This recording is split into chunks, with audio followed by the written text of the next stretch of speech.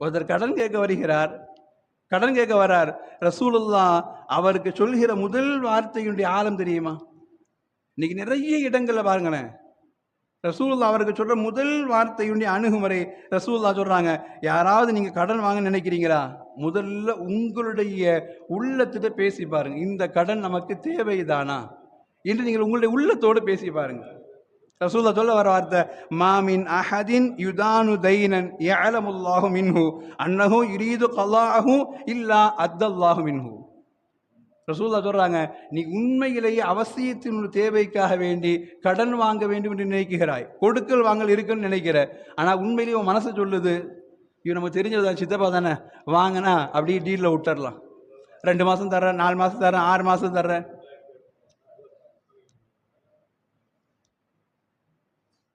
அதை நீங்கள் பொதுவாக அப்படி நினைக்கிறோம். கடன் வாங்கன்னு நினைச்சேன்னா ஒரு ஆளை முடிவு பண்ணுறோம். இந்த ஆளை முடிவு பண்ணும்போது இவன் சாஃப்டா ரஃபா யோசிக்கிறோம், அவன் சொந்தக்காரன் இல்லாதவனா யோசிக்கிறோம், இவன்கிட்ட வாங்கினா உடனே கொடுக்கணுமா இல்லை கொடுக்க தேவையில்லையா யோசிக்கிறோம், இவன் நமக்கு ஏற்ற மாதிரி இழுத்துக்கிட்டே போனா வருவானா இல்லையா இது எல்லாத்தையும் யோசிக்கிறோம்.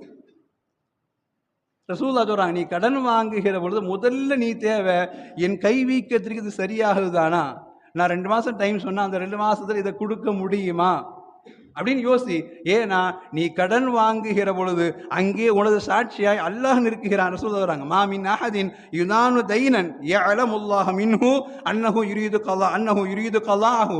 அவன் உண்மையிலேயே எனக்கு அவசியமான தேவை, இவரிடம் கேட்டா சரியா தருவார், இவரிடம் வாங்கிவிட்டு நான் சரியாய் நிறைவேற்றி விடலாம் என்கிற எண்ணத்தோடு நான் கடன் வாங்குவதற்காக வேண்டி கையை நீட்டினால் ரசூலுல்லாஹ் சொன்னாங்க, இல்லா அதா அல்லாஹு கலாஹு, அவருடைய கடனை அடைப்பதற்கு அல்லாஹ் உதவி செய்கிறார். நாங்கள் சுப்ஹானல்லாஹ்.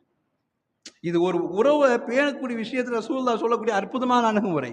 நாம் கடன் வாங்குகிற பொழுது அந்த கடன் உண்மையில் தேவைக்குண்டானதாக இருந்தால் அந்த இடத்துல அல்லாஹ் வந்து நிற்கிறான். நாங்கள் அதை நிறைவேற்றுக்கு அல்லாஹ் எந்த வகையாக உதவி செய்வான். நாங்கள் இன்னைக்கும் சில நாணயஸ்தர்கள் நாம் அப்படி பார்க்க முடியும். வாங்குகிற கடன்ல வீட்டில் சாப்பாடு இருக்கோ இல்லையோ, நான் சொல்லி டேட்டு சொல்லி வாங்கிட்டேன், கொண்டு போய் அந்த கடனை நான் அடைத்தாக வேண்டும் என்று வாழ்கிற மக்கள் உண்டு இல்லையா? இந்த விஷயத்தை தாண்டி ரசூலுல்லாஹ் பேச வர்றாங்க.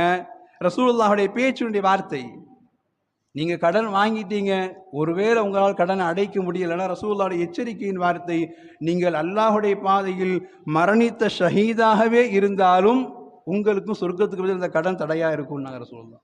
அல்லாஹ், எவ்வளவு பெரிய வார்த்தை.